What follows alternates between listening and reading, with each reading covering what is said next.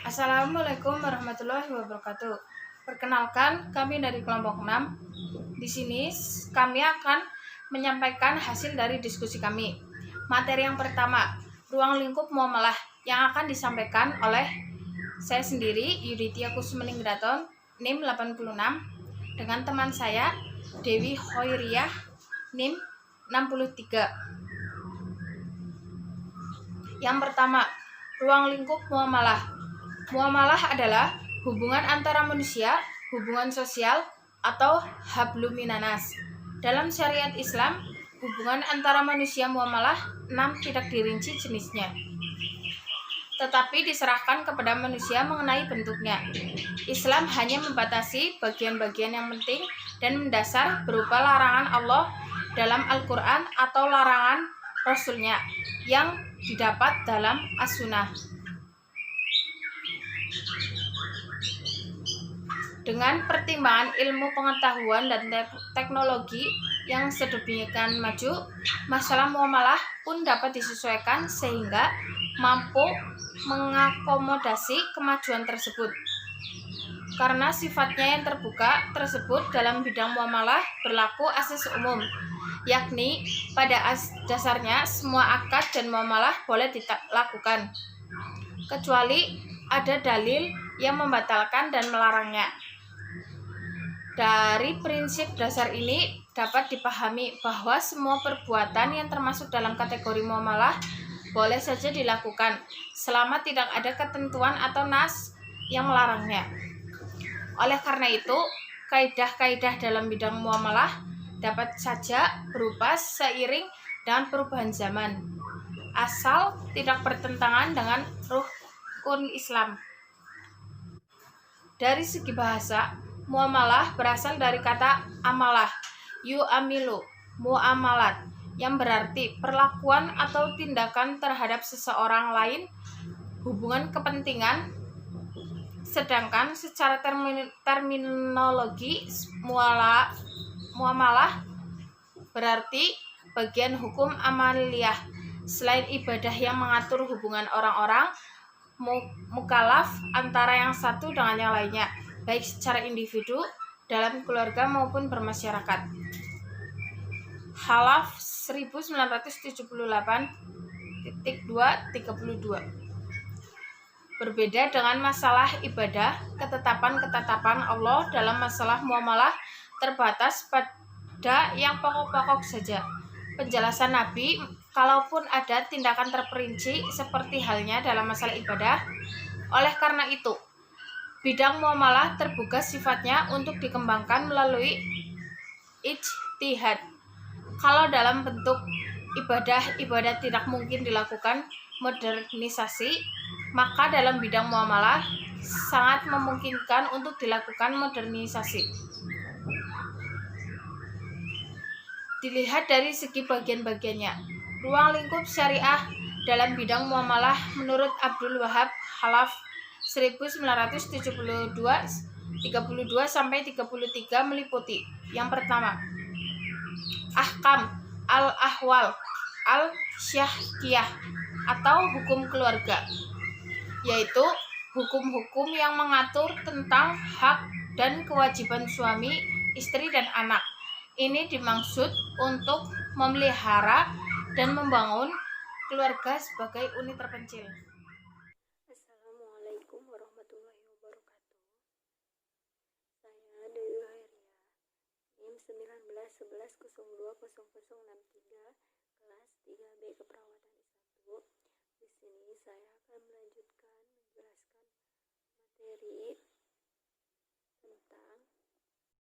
materi ruang lingkup syariah dalam bidang muamalah menurut Abdul Wahab Khalaf.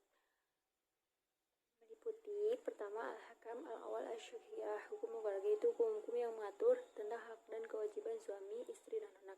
Ini dimaksudkan untuk memelihara dan membangun keluarga sebagai unit terkecil. Kedua, al-hakam al-mahliyah, hukum perdata, yaitu hukum tentang perbuatan usaha perorangan seperti jual beli, pegadaian, perserikatan, utang piutang, perjanjian. Hukum ini dimaksudkan untuk mengatur orang dalam kaitannya dengan kekayaan dan pemeliharaan hak-haknya. Ketiga, al-hakam al-zaniyah, hukum pidana, yaitu hukum yang bertalian dengan tindak kejahatan dan sanksi-sanksinya.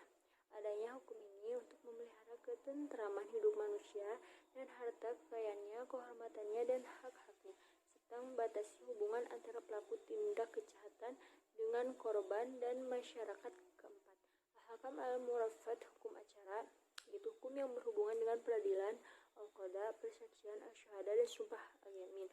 Hukum ini dimaksudkan untuk mengatur proses pengadilan guna merealisasikan keadilan antar manusia. Kelima, al-hakam al-dusuriyah, hukum perundang-undangan, yaitu hukum yang berhubungan dengan perundang-undangan untuk membatasi hubungan hakim dan terhukum serta menetapkan hak-hak perorangan dan kelompok.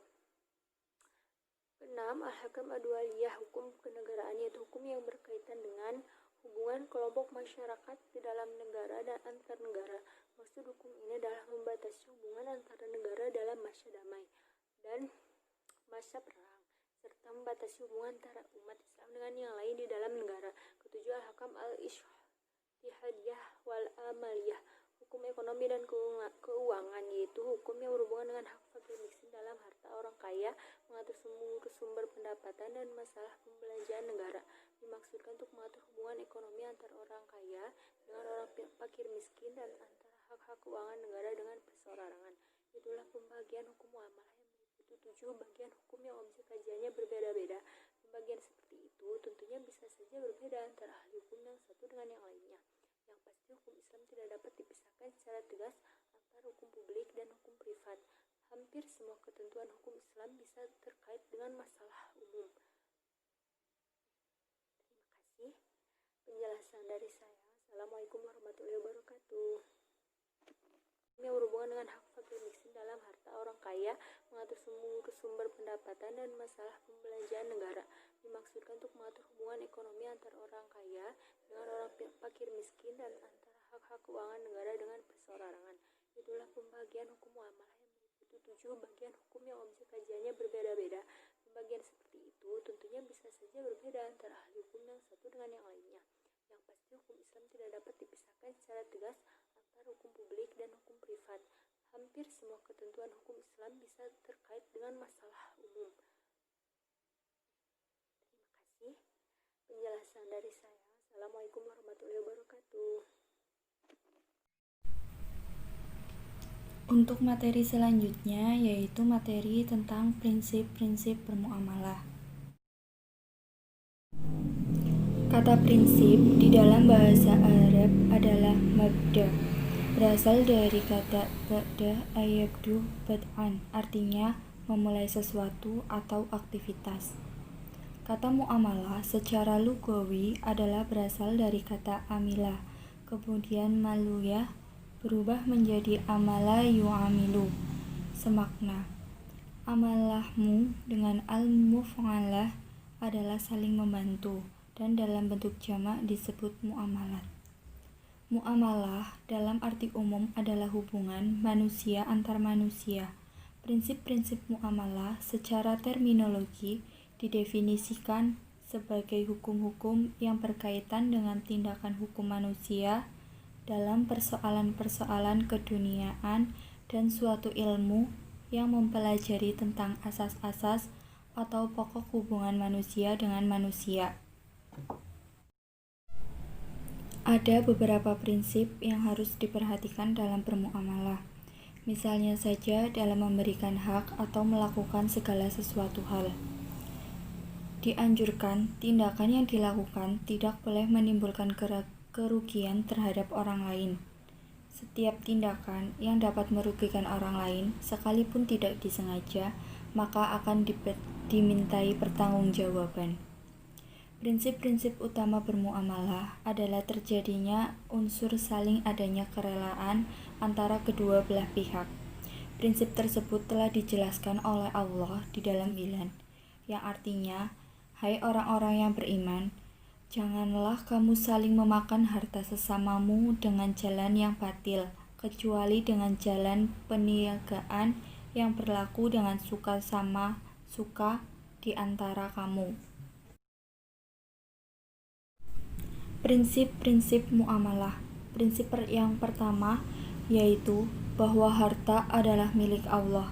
Dan di antara sekian banyak anugerahnya yang diberikan kepada manusia, yaitu untuk kemanfaatan dan kemaslahatan manusia. Dijelaskan di dalam Quran Surat An-Nahl ayat 53 yang artinya, dan apa saja nikmat yang ada pada kamu, maka dari Allah lah datangnya. Dan bila kamu ditimpa oleh kemudaratan, maka hanya kepadanya lah kamu meminta pertolongan. Yang selanjutnya yaitu prinsip kedua. Allah memberi kewenangan kepada manusia untuk mengelola harta atau disebut istihab al-mal. Manusia akan mempertanggungjawabkan penggunaan harta dan cara mendapatkannya harus tunduk kepada ketentuannya. Dijelaskan di dalam Quran Surat Al-An'am ayat 165 yang artinya, dan dialah yang menjadikan kamu penguasa-penguasa di bumi, dan dia yang meninggikan kebahagiaan kamu atas kebahagiaan yang lain beberapa derajat, untuk mengujimu tentang apa yang diberikannya kepadamu. Sesungguhnya Tuhanmu amat cepat siksanya, dan sesungguhnya Dia Maha Pengampun lagi Maha Penyayang. Yang selanjutnya yaitu prinsip ketiga. Kepemilikan harta bukan tujuan, tetapi sebagai sarana untuk menikmati harta dunia yang Allah berikan kepada hambanya melalui rezeki yang baik, serta sarana untuk mewujudkan maslahah umum. Dan ingatlah, hai para muhajirin, ketika kamu masih berjumlah sedikit lagi tertindas di muka bumi Mekah. Kamu takut orang-orang Mekah akan menculik kamu. Maka Allah memberi kamu tempat menetap Madinah, dan dijadikannya kamu kuat dengan pertolongannya, dan diberinya kamu rezeki yang baik-baik agar kamu bersyukur. Dijelaskan dalam Quran Surat Anfal ayat 26. Prinsip selanjutnya yaitu prinsip yang keempat adalah kebolehan mengembangkan harta, larangan memonopoli dan menimbunnya. Prinsip tersebut menjelaskan tentang memperluas cakupan manfaat harta sehingga maslahatnya dirasakan oleh orang banyak. Dijelaskan di dalam Quran Surat An-Nisa ayat 39 yang artinya, apakah kemudaratannya bagi mereka kalau mereka beriman kepada Allah dan hari kemudian dan menafkahkan sebagian rezeki yang diberikan kepada mereka. Dia adalah Maha mengetahui keadaan mereka. Yang selanjutnya yaitu prinsip kelima adalah pencatatan proses transaksi. Hal ini untuk menghindari terjadinya sengketa, lupa, kehilangan, atau yang lainnya. Maka syariah memerintahkan identifikasi atau tausik melalui pencatatan dan kesaksian. Aisyah radhiyallahu anha berkata, Rasulullah Shallallahu alaihi wasallam pernah membeli makanan dari orang Yahudi dengan tempo kredit, dan beliau menggadaikan kepadanya baju besi. Hadis riwayat Bukhari dan Muslim. Yang selanjutnya yaitu prinsip keenam adalah mencari harta dan mendistribusikannya dengan cara yang halal. Islam mengharamkan setiap usaha mendapatkan harta yang akan menimbulkan kedengkian, merusak hubungan sesama manusia, bertindak culas, curang, atau menipu. Sebagaimana Islam memerintahkan untuk berbuat adil dalam muamalah dan akad, sehingga masyarakat terhindar dari kerusakan sosial dan mental.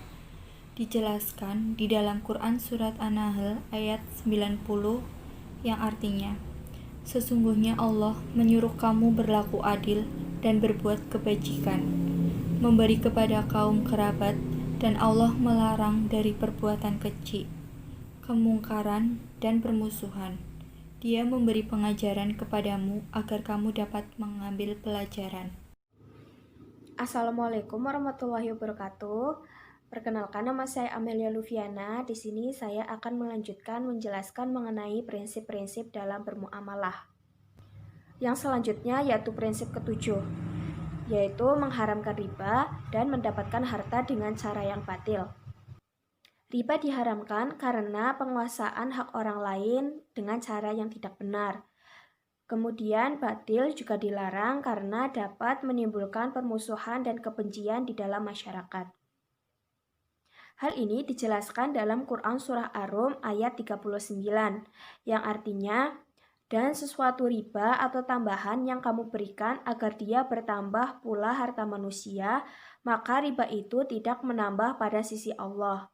Dan apa yang kamu berikan pada zakat yang kamu maksudkan untuk mencapai keridhaan Allah, maka yang berbuat demikian itulah yang melipat gandakan pahalanya. Prinsip yang selanjutnya yaitu prinsip ke-8, yaitu proporsional dan adil. Seorang muslim dilarang berlebihan dalam menggunakan hartanya. Oleh karena itu, kita sebagai seorang muslim tentunya harus menggunakan harta dengan tepat guna, tepat sasaran, serta jauh dari sifat ifrat atau berlebihan, atau tafrid atau menyepelekan. Hal ini dijelaskan dalam Quran Surah Al-Isra ayat 29 yang artinya, dan janganlah jadikan tanganmu terbelenggu pada lehermu, dan janganlah kamu terlalu menyulurkannya karena itu kamu menjadi tercela dan menyesal. Prinsip yang selanjutnya yaitu prinsip ke-9, yaitu bersikap jujur.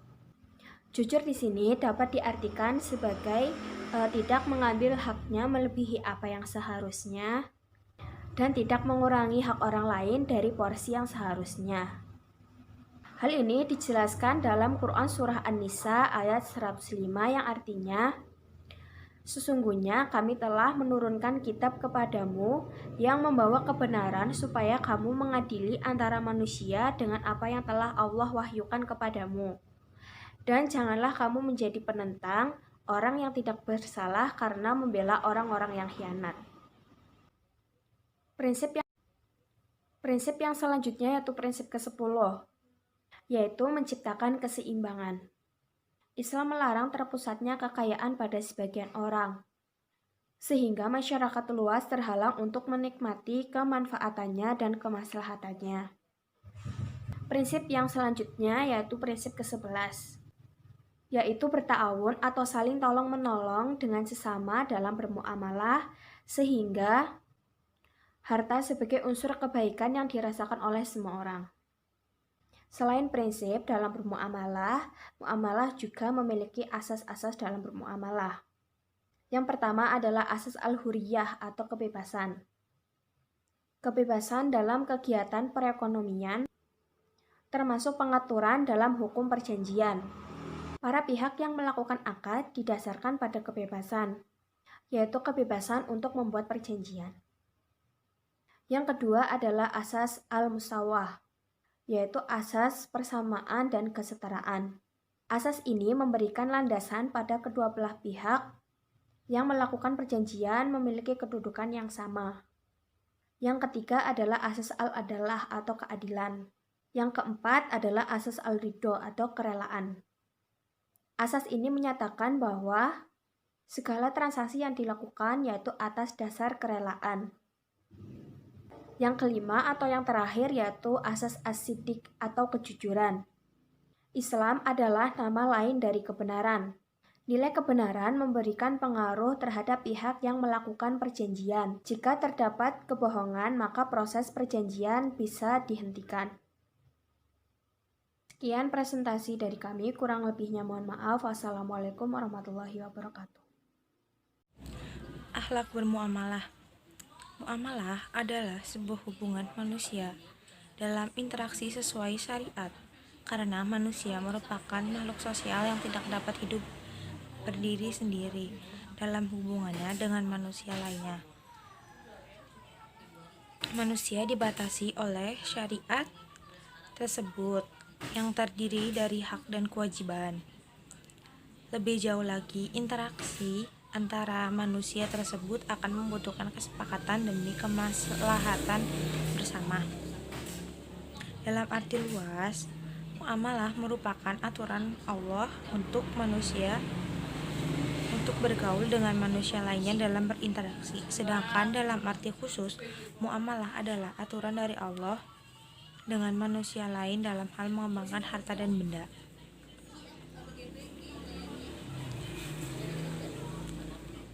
Lalu, muamalah merupakan cabang ilmu syariah dalam cakupan ilmu fikih, sedangkan muamalah mempunyai banyak cabang. Di antaranya, muamalah politik, ekonomi, sosial. Secara umum, muamalah mencakup dua aspek, yakni aspek adabiyah dan aspek madaniyah. Aspek adabiyah yakni kegiatan muamalah yang berhubungan dengan adab dan akhlak. Contohnya menghargai sesama, kejujuran, saling meridhoi, kesopanan, dan sebagainya.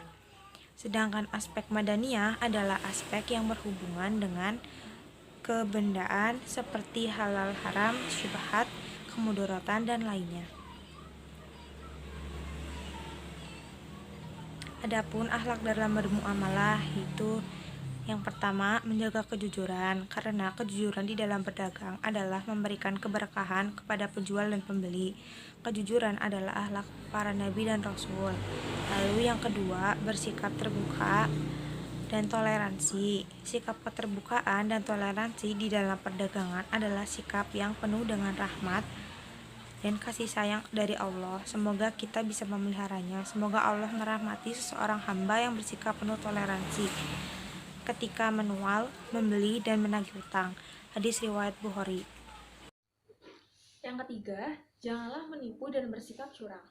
Menipu di dalam perdagangan akan merugikan konsumen dan mampu menghilangkan tingkat kepercayaan konsumen kepada penjual. Semoga Allah jauhkan kita dari sifat ini.